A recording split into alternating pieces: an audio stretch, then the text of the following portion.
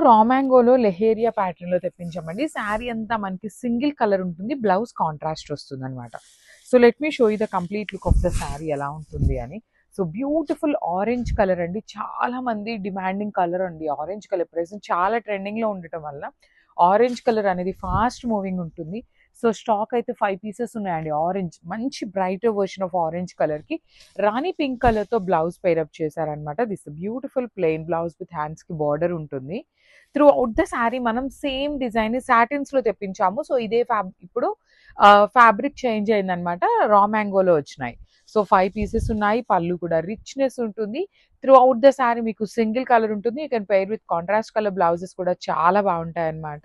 So, this is the complete look.